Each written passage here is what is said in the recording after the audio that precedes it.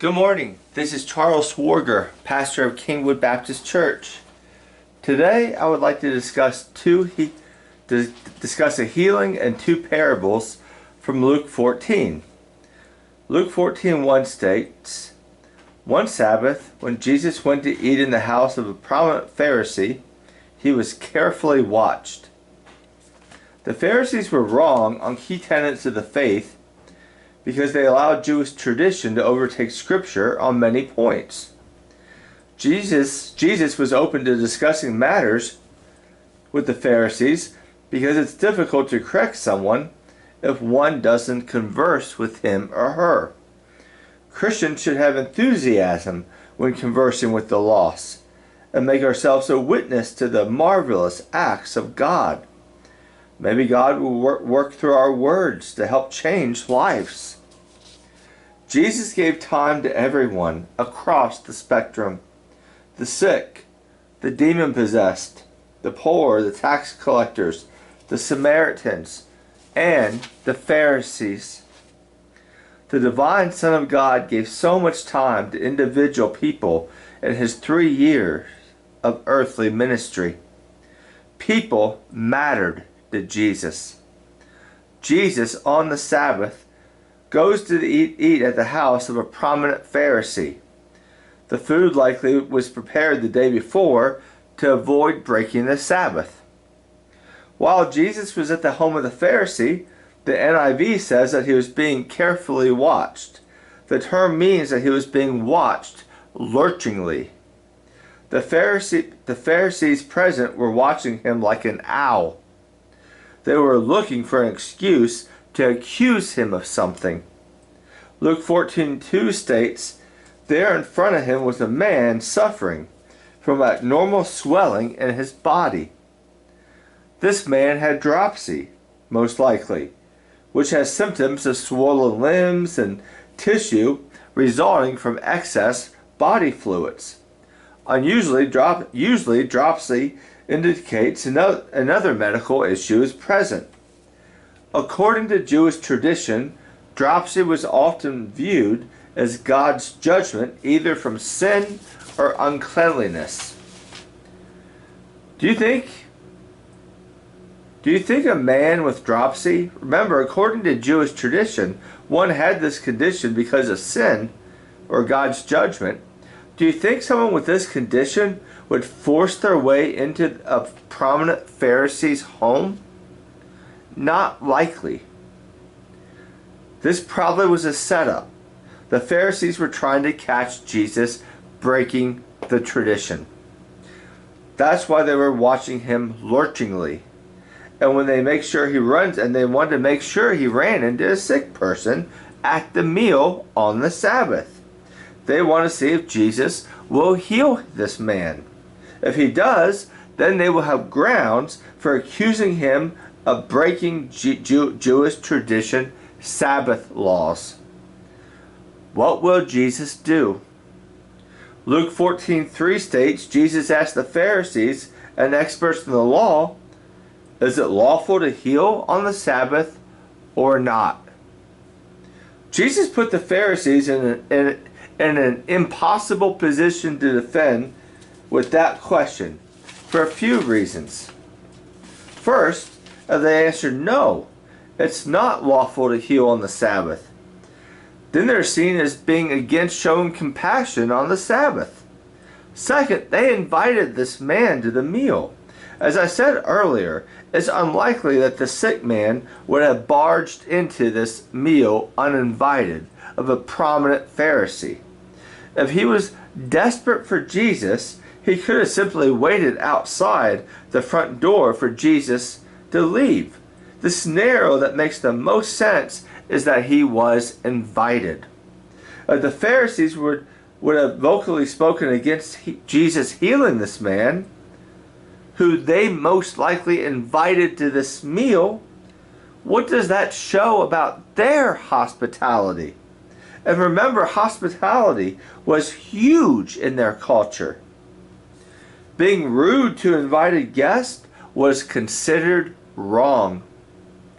Third, I said that Jesus put the Pharisees in an impossible position because God is the one who empowers miracles. I don't believe any person has the power to heal outside of being empowered by God. God has the power. God is the healer. And who has the right to set limitations on what God views as right or wrong? If God heals someone, how could anyone say that healing was wrong because it was on the Sabbath? God obviously endorses the healing because he does it.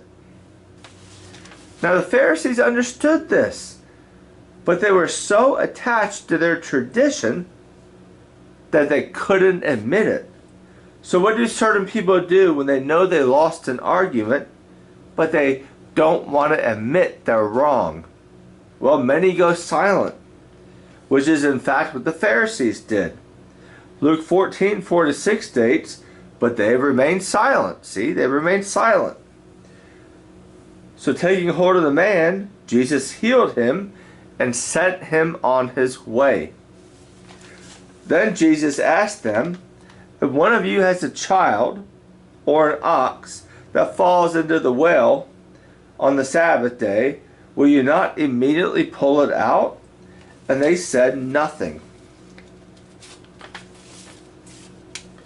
I really think this man with dropsy was being used as a pawn by the Pharisees. He wasn't part of the deception. He was there for a healing, and Jesus healed him. I think Jesus' question really sums up the issue. He asked the Pharisees and the experts in the law, if you have a child or an ox that falls into the well on the Sabbath, will you not pull him out immediately? The Pharisees answered with silence. That was their answer, silence. Because of course they would. Jesus knew that if one of their children or work animals needed help, they would help, even if it was on the Sabbath. So why can't God help one of his creatures, who he created in his image and likeness, on the Sabbath? Why can't Jesus heal a person who is suffering physically and emotionally if it's okay for you to help your ox? Surely God doesn't view an ox as valuable as a human being. I think this text is a warning of what can happen when people build their theology around tradition and not the Bible. The Old Testament did have certain Sabbath laws, but it never said not to love others on the Sabbath, not to show compassion, not to help someone who is in dire need. The Jewish tradition that was the Pharisees, the Jewish tradition that the Pharisees went by wasn't always in line with the Bible. And they fought tooth and nail for this unbiblical tradition. Think about it. They were so tied to their tradition and rituals that they actually were angry that Jesus healed somebody on the Sabbath. A healing made them unhappy. How warped is that? They were so tied to their tradition that they missed Jesus being the Messiah. They missed it. Instead of embracing him, they crucified him. The Bible must be our guide on what we believe and what we practice. If someone doesn't line up with the Bible, if something doesn't line up with the Bible, no matter how attractive or appealing it might be, we must not fall for it. We don't want to be like these Pharisees who weren't rejoicing or in awe over the work of Jesus in their midst. Jesus never canceled the Pharisee. Jesus never canceled the Sabbath. His point is that even on the Sabbath, we should be willing to express love to others, to help those in need. Even on the Sabbath, we should be quick to show compassion. And if there is someone really desperate for our aid, we should not use the Sabbath as an excuse not to help. Jesus then said in Luke 14:7-11, when he noticed how the guests picked the places of honor at the table, he told the parable, when someone invites you to a wedding feast, do not take the place of honor, for a person more distinguished than you may have been invited. If so, the host who invited both of you will come and say to you, give the person your seat. Then humiliated, you had to take the least important place. But when you're invited, take the lowest place, so that when the host comes, he'll say to you, friend, move up to a better place. Then you'll be honored in the presence of all the other guests. For all those who exalt themselves will be humbled, and those who humble themselves will be exalted. Jesus gave the Pharisees good practical advice. Be humble. When you're with others, take the least prestigious seat. It's better to have the host come to you and move you to a nicer seat than to get embarrassed by being asked to move from a place of honor because there's someone more worthy to sit there that the host wants to acknowledge more than he wants to acknowledge you. Now Jesus closes this parable, this little teaching, with a very important point. Those who exalt themselves will be humbled, and those who humble themselves will be exalted. Those who exalt themselves will be humbled, and those who humble themselves will be exalted. Often one's attitude to God is seen in how one treats others, according to 1 John 3:11. I think this has eschatological overtones here. End times. If we're humble in life, then we'll be exalted when we die by living in glory.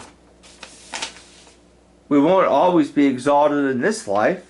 There are thousands of faithful and humble Christians who gave their lives to God's work. Some were killed for it. They may not have been exalted in this life. There are many that we've never heard of before. But they're living in glory now with God. I'm reminded of a story I once read. Writer Michael P. Green tells of two brothers who grew up on a farm. One went away to college, earned a law degree, became a partner in a prominent law firm in the state capital. The other brother stayed home on the family farm. One day the lawyer came and visited his brother, the farmer. The lawyer asked his brother, why don't you go out, make a name for yourself, so you can hold your head up high in the world like I do? And the farmer pointed out and he said, do you see that field over there? Look at that wheat. Look at that wheat closely. Only the empty heads stand up. Those that are filled always bow low. Man, that just gave me the chills. The farmer then looked at the lawyer brother and said, the branch that bears the most fruit is bent the lowest to the ground. I've said this many times, friends. I really think it's difficult to come to sincere faith in Jesus Christ without humility. Because it's that humbleness that helps us see that we need a deliverer.